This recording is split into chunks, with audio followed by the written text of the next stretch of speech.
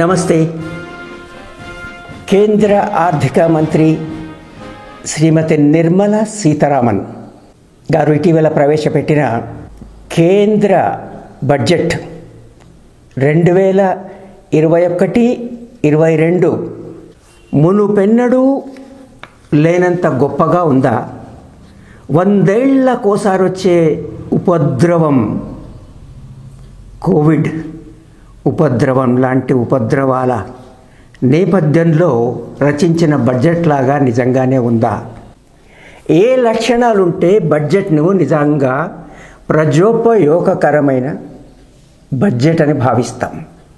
స్థూలంగా చెప్పాలంటే బడ్జెట్ తగినన్ని నిధులు కేటాయించగలిగితే, ప్రజా సంక్షేమాన్ని పటిష్టం చేసే విధంగా కేటాయించగలిగితే, దేశంలో కావలసినంత ఉద్యోగిత ఉపాధి అవకాశాలు కలిగించగలిగితే, దేశ ప్రజల ఆదాయాలు పెంచగలిగితే, పన్నుల భారాన్ని ప్రజలపైన తగ్గించగలిగితే, వివిధ వర్గాలు ముఖ్యంగా మధ్యతరగతి వర్గాలు, పేదలు వారిపై భారం పడకుండా ఉండాలని కోరుకుంటారు కదా.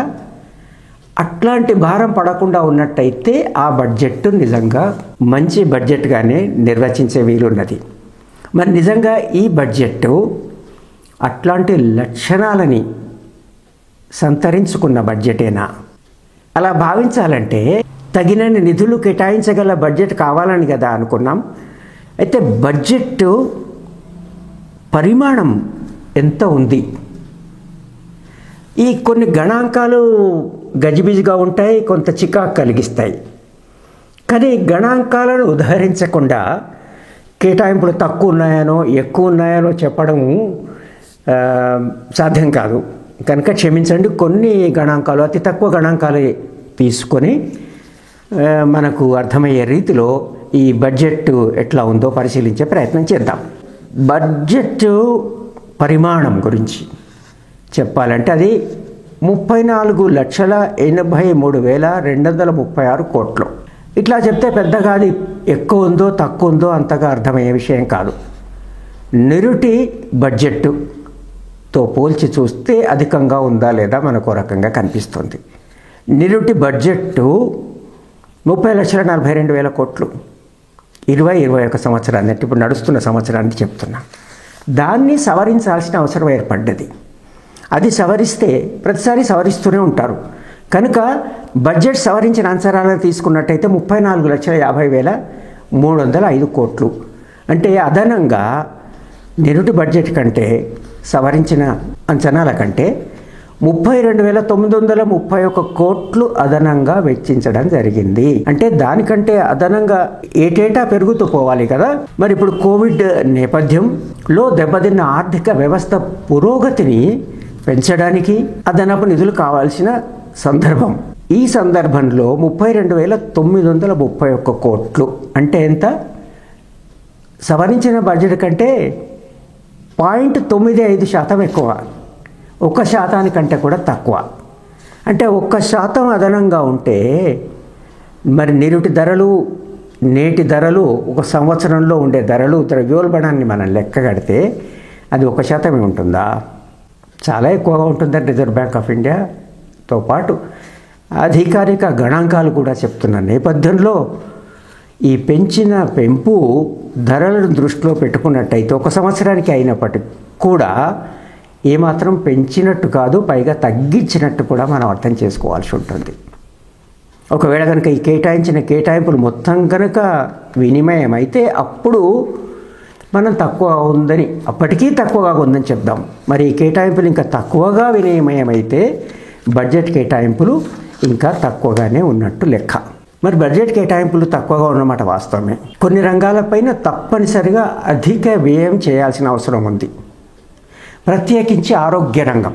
కోవిడ్ మహమ్మారి ఆరోగ్య రంగ సన్నద్ధత లేదు అనే వాస్తవాన్ని కళ్లకు కట్టినట్టు తెలియచేసింది. ప్రభుత్వ వ్యయం ఆ రంగం పైన దశాబ్దాలుగా కావలసినంత మేర లేని కారణంగా ఆరోగ్య వ్యవస్థ ప్రజల ఆరోగ్య అవసరాలకు అనుగుణంగా లేదనే వాస్తవం తెలిసిందే అయినప్పటికీ స్పష్టంగా కోవిడ్ తెలియజేసింది. 70% ఆరోగ్య అవసరాలు ప్రజలవి ప్రైవేట్ రంగం నుండి సేకరించుకోవాల్సిన పరిస్థితుల్లో ప్రజల ఆదాయాలు అంతంత మాత్రమే ఉన్న వాస్తవ స్థితి కారణంగా ఏ రకంగా ప్రజలు అవస్థల పాలైంది కోవిడ్ తెలియజేసింది. కనుక ప్రతి ఒక్కళ్ళు ఏం చూస్తున్నారంటే ఆరోగ్య రంగం పైన అధికంగా వెచ్చిస్తారని ఆశపడుతున్నారు. ప్రభుత్వం కూడా, ఆర్థిక మంత్రి కూడా బడ్జెట్ ప్రసంగంలో తెలియజేసింది ఏంటంటే ఆరోగ్య రంగం పైన అధికంగా కేటాయించినట్టుగానే చెప్పారు. ఎంత మొత్తం కేటాయించారు? 2,23,846 కోట్లు. పెద్ద సంఖ్యగా కనిపిస్తుంది. ఈ భారీగా ఉన్న ఈ సంఖ్య మన బడ్జెట్ అంచనా ఎంత? 222 లక్షల కోట్లు. అంతగా బడ్జెట్ నిజంగా కూడా ఆశించినంత మేర పెరిగితే దాంట్లో భాగంగా మనం చూస్తే ఇది కేవలం 1% మాత్రమే. అయితే ఇంత భారీగా ఉన్నదన్న సొమ్ము కేవలం 1% అయితే నిజంగా ఇంత మొత్తము ఆరోగ్య రంగం పైన వెచ్చించారా? బడ్జెట్ లోతుల్లోకి వెళ్ళి చూస్తే అది వాస్తవం కాదు. అంత మేర కూడా వెచ్చించలేదని తెలుస్తుంది. బడ్జెట్ డాక్యుమెంట్లో మనకేం కనిపిస్తుందంటే ఆరోగ్య రంగం అంటూనే హెల్త్ అండ్ ఫ్యామిలీ వెల్ఫేర్, ఆరోగ్యము కుటుంబ సంక్షేమం, department of health and family welfare పైన వెచ్చించిన మొత్తం 71,269 కోట్లు మాత్రమే. 71,269 కోట్లు. ఇది 1% కాదు కదా, మరి దాంట్లో 3వ వంతు కన్నా తక్కువ, 0.3%. స్థూల జాతీయ ఉత్పత్తిలో ఇది 0.3% కంటే తక్కువ. మరి డిపార్ట్మెంట్ ఆఫ్ హెల్త్ రీసెర్చ్, ఆరోగ్య పరిశోధన అవసరమే, దానిపైన తగు రీతిన వెచ్చించాల్సిన అవసరం ఉంది. ఏ మేర వెచ్చించింది ప్రభుత్వం? 2,663 కోట్లు. సరే, ఇంత పెద్ద దేశంలో 130 కోట్ల జనాభా ఉన్న దేశంలో ఆరోగ్య అవసరాల కోసం ఆరోగ్య పరిశోధన పైన 2,663 కోట్లు ఏ మేర ఉంటుందని నేను ఇక్కడ ప్రత్యేకించి చెప్పాల్సిన పని లేదు. ఇంకా 3వ అంశం ఆయుష్ అంటే ఆయుర్వేద, యునాని, సిద్ధ, హోమియోపతి. ఈ మంత్రిత్వ శాఖకు కేటాయించిన మొత్తం 2,970. అంటే ఆయుష్, ఆరోగ్య పరిశోధన, ఆరోగ్య రంగము, ఆరోగ్య విభాగము మొత్తం అంతా కలిసి వెచ్చించింది. ఇదంతా మనం బడ్జెట్ దస్తావేజ్లో చూస్తే 76,902 కోట్ల రూపాయలు మాత్రం అవుతుంది. అయితే మిగతా మరి 2,23,000 కోట్ల పై చిలుకు అన్నారు కదా, అది దేనికోసం అన్నారంటే హెల్త్ అండ్ వెల్బీయింగ్ అని కూడా అన్నారు. ఈ వెల్బీయింగ్లో భాగంగా తాగునీరు, పారిశుద్ధ్యం, డ్రింకింగ్ వాటర్ అండ్ శానిటేషన్ 60,030 కోట్లు. అట్లాగే పోషకాహారం, న్యూట్రిషన్ పైన 2,700 కోట్లు. తర్వాత ఫైనాన్స్ కమిషన్ గ్రాంట్స్, ఇది దేనికోసం అంటే మరి తాగునీరు, పారిశుద్ధ్యం, దీనికోసం 36,022 కోట్లు. ఫైనాన్స్ కమిషన్ గ్రాంట్స్ ఫర్ ఆరోగ్య రంగమే, అది 13,192 కోట్లు. ఇవన్నీ కలిపి, ఇవి కాక కోవిడ్ వ్యాక్సినేషన్ కోసము 35,000 కోట్ల రూపాయలు అవసరమవుతుంది కనుక అది ఆరోగ్య రంగం బడ్జెట్లోనే.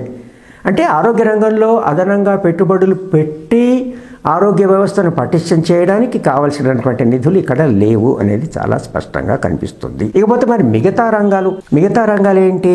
కొన్ని ప్రభుత్వ బాధ్యతలు తప్పనిసరిగా సంక్షేమ రాజ్యంలో నిర్వర్తించే ఉంటాయి. వాటిలో ఆరోగ్యంతో పాటు విద్యారంగం, దాంతోపాటు ఆహార భద్రత, ఉద్యోగ భద్రత ప్రభుత్వ బాధ్యతలు. ఇది మరెవరో ప్రైవేట్ రంగమో నిర్వహించాల్సిన బాధ్యతలు కావు కదా. అంటే ఉద్యోగ భద్రత, ఆహార భద్రత కావాలంటే కేటాయింపులు వ్యవసాయం పైన, వ్యవసాయ అనుబంధ రంగాలపైన కావాల్సినంత చేయాల్సి ఉంటుంది. అంత మొత్తంలో మరి వెచ్చింపులు జరిగాయా అనేది మరోసారి దీనికి సంబంధించిన బడ్జెట్ దస్తావేజులో ఒకసారి చూసినట్టయితే మనకు అర్థమవుతుంది. విద్యారంగం పైన 93,224 కోట్లు. 2020-21 బడ్జెట్ అంచనా 99,312 కోట్లు. ఇప్పుడు కేటాయించింది 93,224 కోట్లు. చాలా స్పష్టంగా కనిపిస్తుంది తక్కువ కేటాయింపులు. అయితే బడ్జెట్ అంచనా 2020-21లో 99,312 కోట్లు కాగా దాన్ని సవరించి తక్కువ చేసిన మాట వాస్తవమే. అది 85,089 కోట్లు. దాంతో పోలిస్తే కొంత అదనంగా కేటాయించినట్టు కనిపించినప్పటికీ విద్యా వ్యవస్థకు కావలసిన మేర నిధులు కేటాయించలేదు అనేది చాలా స్పష్టంగా కనిపిస్తున్నది. మరి వ్యవసాయం ప్రధానం కదా. రెండోది వ్యవసాయం అనుబంధ రంగాలపైన కేటాయించిన మొత్తం ఎంత? 1,48,301 కోట్లు. సవరించిన అంచనా 1,45,355 కోట్లు. అంటే అదనంగా కేటాయించింది 2,946 కోట్లు. ఇదెంత? సవరించిన అంచనా పైన 2% అధికంగా ఉంటుంది. 2% అధికం అంటే మనము వేరే ఇంకెక్కడ గణాంకాలు తీసుకోవాల్సినటువంటి పని లేదు. మన ద్రవ్యోల్బణ గణాంకాలు తీసుకున్నా కూడా వాస్తవంగా దీనిపైన అదనం వ్యయం చేసింది ఏమీ లేదు. అట్లాగే గ్రామీణాభివృద్ధి అంటే నేను అన్ని రంగాల గురించి మొత్తము ఇక్కడ చెప్పడం లేదు. ప్రధాన రంగాలంటే ప్రజల ప్రయోజనాల దృష్ట్యా ప్రధానంగా వెచ్చించాల్సిన రంగాలే తీసుకున్నాను. మూడో రంగం తీసుకున్నట్టయితే గ్రామీణాభివృద్ధి.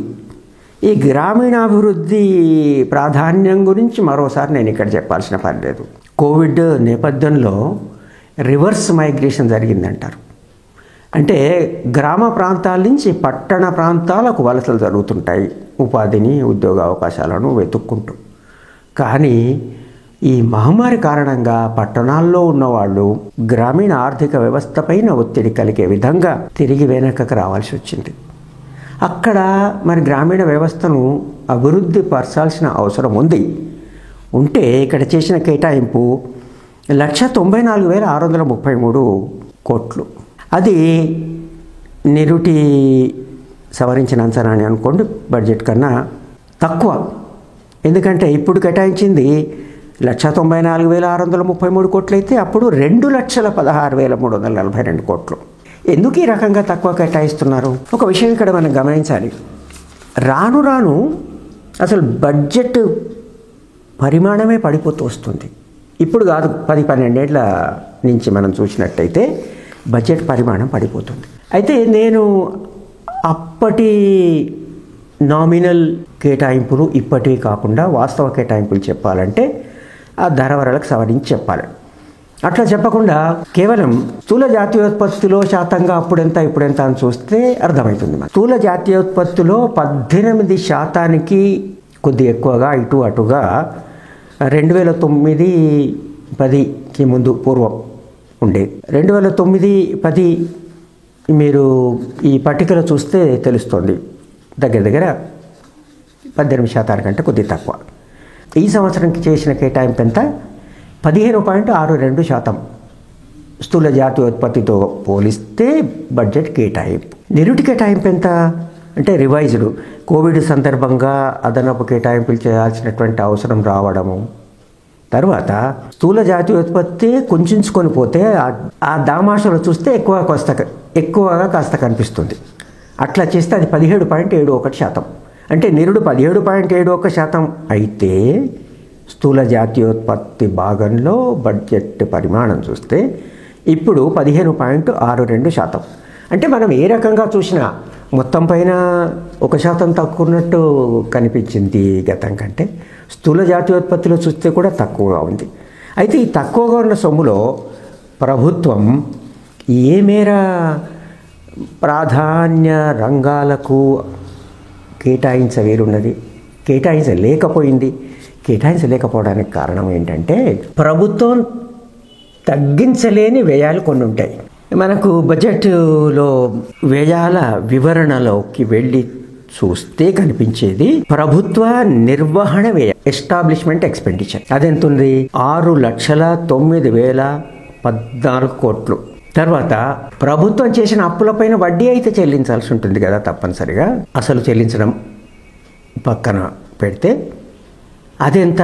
8,09,701 రూపాయలు. అంటే 6 లక్షల పైచిలకు ఏమో ప్రభుత్వ నిర్వహణ వ్యయం, 8 లక్షల కోట్లకు పైబడి వడ్డీ చెల్లింపులు, మొత్తం 18,00,000 కోట్లు. ఇది మొత్తం బడ్జెట్ వ్యయము 34,83,000 కోట్లలో 40%, 40.7%. 40% ఈ రెండింటిపైనే వ్యయం అవుతుంది. అసలైతే మనం బడ్జెట్ మొత్తం వ్యయంలో ప్రభుత్వమే తెలియజేసే గణాంకాలు కొన్ని ఉంటాయి స్పష్టంగా. అవేంటంటే రూపీ గోస్, బడ్జెట్లోని రూపీ గోస్ డాక్యుమెంట్ కనుక చూస్తే అక్కడ మనకేం కనిపిస్తుందంటే మొత్తం బడ్జెట్ వ్యయంలో అయ్యేది వడ్డీ చెల్లింపులు 20 పైసలు, బడ్జెట్ రూపాయలు 20 పైసలు అంటే 20%. రాష్ట్రాలకు కేంద్ర పన్నుల నిధులలో నుంచి ఇచ్చేటువంటి వాటా 16. అయితే ఇది 16, గతంలోనైతే నిరుటి బడ్జెట్లోనే 20% ఉండేది. దాని తర్వాత అంతకుముందు 23% ఉండేది. సరే, ఈ ప్రభుత్వాలకు తక్కువగా సమకూరుతున్న విషయం గురించి తర్వాత మాట్లాడదాం. బడ్జెట్లో తప్పనిసరిగా చెల్లించేది 20% ఏమో పన్నుల చెల్లింపు, 16% రాష్ట్రాలకు ఇచ్చే వాటా, తర్వాత ఫైనాన్స్ కమిషన్ ఇతర బదలాయింపులు ట్రాన్స్ఫర్స్ 10%, సబ్సిడీలు 9%, పెన్షన్లు 5%, ఇది 60% అవుతుంది. ఇవే 60%, ఇంకా మిగిలిందంతా 40%. ఈ 40% లేదా ఈ రూపాయలు 40 పైసలు మిగిలింది కేంద్ర పథకాలు, కేంద్ర ప్రాయోజిత పథకాలు. కేంద్ర పథకాలు 13%, కేంద్ర ప్రాయోజిత పథకాలు 9%. రక్షణ వ్యయం ఈ ఏడు పెద్దగా పెంచలేదు, 8% అయినప్పటికీ ఇతరత్ర అన్ని రకాల ఖర్చులు 10%, అంటే 40%లోనే నిధులు కేటాయించాల్సి ఉంటుంది. కాబట్టి ఇంకా కేంద్రానికి పెద్దగా మిగిలింది లేదు, చేయలేదు. మరి ఎందుకు ఇంత తక్కువ కేటాయింపులు చేయాల్సి వచ్చింది? ఆర్థిక సంస్కరణలు ప్రారంభించిన నుండి 1990 నుండి కేంద్ర ప్రభుత్వం వ్యయాన్ని తగ్గించుకోవాలనే ఆలోచన, విత్తలోటు ఫిస్కల్ డెఫిసిట్ని తగ్గించాలని. మహమ్మారి నేపథ్యంలో కొంత పెంచాల్సిన అవసరం వస్తే ఫిస్కల్ డెఫిసిట్ 9.5% సవరించిన బడ్జెట్. ఇప్పుడు దాన్ని మళ్ళా తగ్గించాలి, నియంత్రణలో ఉంచాలి అనేటువంటి ఉద్దేశంతో 6.8% ఉంచాలనేది. అంటే అదనంగా అప్పులు తీసుకొస్తే వాటిని తిరిగి చెల్లించలేము, వడ్డీలు చెల్లించలేము అంటే ఆలోచన. కానీ అదనపు పెట్టుబడులు లేకుండా ఉద్యోగితను పెంచలేము, మానవ వనరులను ఉపయోగించుకోలేము, అదనపు ఉత్పత్తిని సాధించలేము. అదనపు ఉత్పత్తిని సాధిస్తే, అదనపు వ్యయం చేస్తే ప్రభుత్వం భయపడాల్సినటువంటి పని లేదు. కానీ అనుసరిస్తున్నటువంటి విధానాలు విత్తలోటు తగ్గించాలనేటువంటి ఆలోచన పైననే కేంద్రీకృతమైన కారణంగా ప్రభుత్వం ఎక్కువగా కేటాయింపులు చేస్తుందని చెప్పినప్పటికీ వాస్తవంలో అది చేయలేదనేది స్పష్టంగా మనకు తెలియజేస్తుంది. ఇక బడ్జెట్లో ప్రకటించిన ఇతర విధానాలు ఏ రకమైన ప్రయోజనాన్ని కలిగించనున్నాయి? ఏం ప్రకటించడం జరిగింది? సమ్మిళిత వృద్ధి లాంటి 6 స్తంభాలపైన బడ్జెట్ని నిర్మించడం జరిగిందని చెప్పినప్పటికీ ఆ లక్ష్యాల దిశగా విధానాలను మాత్రం రూపొందించలేదు. వనరుల సేకరణకి డిజిన్వెస్ట్మెంట్ రూట్, పెట్టుబడుల ఉపసంహరణ 1,75,000 కోట్లు. తర్వాత అన్ని రంగాలను ప్రైవేటీకరించడం, బ్యాంకింగ్ రంగాన్ని, బీమా రంగాన్ని, పాక్షికంగా లైఫ్ ఇన్సూరెన్స్ కార్పొరేషన్ను కూడా. అయితే ఈ రంగాల ప్రైవేటీకరణ వల్ల వచ్చే నష్టాల గురించి ఇక్కడ వివరించాలంటే సమయం సరిపోదు. కనుక స్థూలంగా అర్థమయ్యేది ఏంటంటే ప్రైవేటీకరణ దిశగా వడివడిగా అడుగులు వేస్తున్న విషయం. గతంలో ఆత్మనిర్భర్ పథకాన్ని ప్రకటించినప్పుడు చెప్పడం, తిరిగి బడ్జెట్ ప్రవేశపెట్టినప్పుడు కూడా ప్రభుత్వ ఉద్దేశాన్ని స్పష్టంగానే ఆర్థిక మంత్రి పునరుద్ఘాటించారు. ప్రభుత్వం తన బాధ్యతల నుండి కొంత తిరోగమనం తప్పుకునే దిశగానే అడుగులు వేయడం అనేది స్పష్టంగా మనకు కనిపిస్తుంది. అయితే కేటాయించిన మేరనన్నా బడ్జెట్ అమలు అవుతుందా? అది సంపూర్ణంగా నమ్మేటట్టుగా లేదు. ఎందుకంటే గతంలో చూసినట్టయితే ఈ పట్టికలో చూడండి, 1,00,000 కోట్లకు పైగా కేటాయించిన దానికంటే తక్కువగా ఖర్చు చేసిన సందర్భాలు ఉన్నాయి. మరి ఇప్పుడు సంపూర్ణంగా వ్యయం చేయాలి అంటే ప్రభుత్వం ఆశించిన విధంగా స్థూల జాతీయోత్పత్తిలో పెరుగుదల ఉండాలి. కావాల్సినన్ని వనరులు సమకూరితే పన్నులను వస్తే డిజిన్వెస్ట్మెంటే అనుకున్నాం, అది మంచిది కాదనే మాట నిజమే. కానీ ఆ ఉపసంహరణ మాత్రము ఆశించిన స్థాయిలో చేయగలరా? లేదు అనేది గత అనుభవం తెలియజేస్తుంది. నిరుడు బడ్జెట్లో 2,10,000 కోట్లు పెట్టుబడులు ఉపసంహరించుకోవాలని నిర్దేశిస్తే అది సాధ్యం కాక ఇప్పుడు సవరించిన అంచనాలో 32,000 కోట్లకే కుదించారు. 2019-20కి సంబంధించిన వాస్తవ అంకెలు ఇప్పుడు మన దగ్గర ఉన్నాయి. అప్పుడు సేకరించింది 50,304 కోట్లు మాత్రమే. మరి ఈ నేపథ్యంలో ఇప్పుడు 1,75,000 కోట్లు సమకూర్చుకోవడం సాధ్యమయ్యే విషయంలాగా కూడా కనిపించడం లేదు. అట్లాగే పెట్టుబడుల ఉపసంహరణ, ప్రైవేటీకరణకు వ్యతిరేకత ఉంది. ఈ విధానం పట్ల ప్రభుత్వం తీవ్ర వ్యతిరేకత ఎదుర్కొనున్నదనేది అర్థమవుతుంది. ఈ బడ్జెట్ రాష్ట్ర ప్రభుత్వాలకు కూడా ఏమాత్రము సంతృప్తి కలిగించలేదు, నిరుత్సాహపరిచింది. అయితే రాష్ట్ర ప్రభుత్వాలు వారి విత్తలోటు 4% మించి ఉండకూడదు. ఫిజికల్ డెఫిసిట్ అంటే రాష్ట్ర ప్రభుత్వాలు విచ్చలవిడిగా అప్పులు తెచ్చుకోకూడదు. అట్లాగని మరి కేంద్రం ఏమన్నా ఇచ్చిందా? అమ్మా పెట్టదు అడుక్కోనివ్వదు లాంటి సామెతలాగా ఉంది. రాష్ట్ర ప్రభుత్వాలు మార్కెట్ బారోయింగ్స్, అప్పులు తెచ్చుకోవడానికి వీల్లేదు. 4% రాష్ట్ర స్థూల ఉత్పత్తిని దాటి తెచ్చుకోవడానికి వీల్లేదు. మరి కేంద్ర పన్నుల్లో వాటా పైకి మనకు 15వ ఆర్థిక సంఘం 41% అని చెప్పిన వాస్తవానికి కేంద్ర స్థూల పన్నుల ఆదాయంలో రాష్ట్రాల వాటా 30%. ఈ గణాంకాలు ప్రభుత్వ గణాంకాలే. 6,65,563 కోట్లు కేంద్రం బదలాయిస్తున్నది. మొత్తం స్థూల పన్నులు కేంద్రానికి సమకూరేది 22,17,059 కోట్లు. ఇది 30% అవుతుంది. ఎందుకు ఇట్లా మరి 41%, 42% రావాల్సింది ఇంత అవుతుంది? కేంద్రం రాష్ట్రాలతో పంచుకోవాల్సినటువంటి బాధ్యత నుండి కొంతమేర తప్పుకోవడానికి గాను పన్నులు కాకుండా సెస్ రూపేణ, సర్ఛార్జుల రూపేణ దీనిపైన పంచుకోవాల్సినటువంటి పని లేదనేది కేంద్రానికి స్పష్టంగా తెలుసు. కనుక 2-3% ఉండేది మొత్తం పన్నుల వాటాల్లో, అది 15% దాకా పెరిగింది. అంటే రాష్ట్రాలకు రావాల్సినటువంటి నిధులు రావడం లేదు, రావు. కనుక రాష్ట్ర ప్రభుత్వాల బడ్జెట్ సైజు ఏ రకంగా ఉంటుందనేది ఇప్పుడే మనం ఊహించవచ్చు. ఎందుకంటే కేంద్రం నుంచి పన్నుల వాటా తగ్గిపోతుంది. తర్వాత వారి ఫిజికల్ డెఫిసిట్ కూడా 4% మించి ఉండకూడదనే నిర్ణయం జరిగింది కేంద్ర బడ్జెట్లో. మరి ప్రజలు ఊహించినట్టుగా, వేతన జీవులు ఊహించినట్టుగా ఏమైనా పన్నుల్లో వెసులుబాట ఏం జరగలేదు. ఏదో 75 సంవత్సరాలు పైబడిన వాళ్లకు పన్నుల్లో రాయితీ కాదు, నివేదిక సమర్పించాల్సినటువంటి పని లేదు. కనుక మొత్తం పైన ప్రత్యక్ష పన్నుల్లో వచ్చిందేమీ లేదు. పరోక్ష పన్నుల్లో కూడా సెస్సులు, సర్ఛార్జులు పెరిగిన కారణంగా నిత్యావసర వస్తువులు పెరగడం, భారం అధికమైనట్టుగానే కనిపిస్తుంది. కనుక మొత్తం పైన ఈ బడ్జెట్ మున్నెన్నడూ లేని విధంగా ఉన్న గొప్ప బడ్జెట్ అని చెప్పడం అది అత్యాశగానే మిగిల్చింది. కేటాయింపులు తక్కువగా ఉండడము, పన్నుల్లో ఏ రకమైనటువంటి రాయితీలు ఇవ్వకపోవడము, ప్రైవేటైజేషన్ విధానంగా తీసుకోవడం, వీటన్నింటి చూస్తే ప్రజా ప్రయోజనాలను పటిష్టపరిచి ఆర్థిక అభివృద్ధిని పెంపొందించే బడ్జెట్గా ఇది లేదు అనేది ఖచ్చితంగా చెప్పొచ్చు. ఈ వీడియో చూసినందుకు మీకు ధన్యవాదాలు.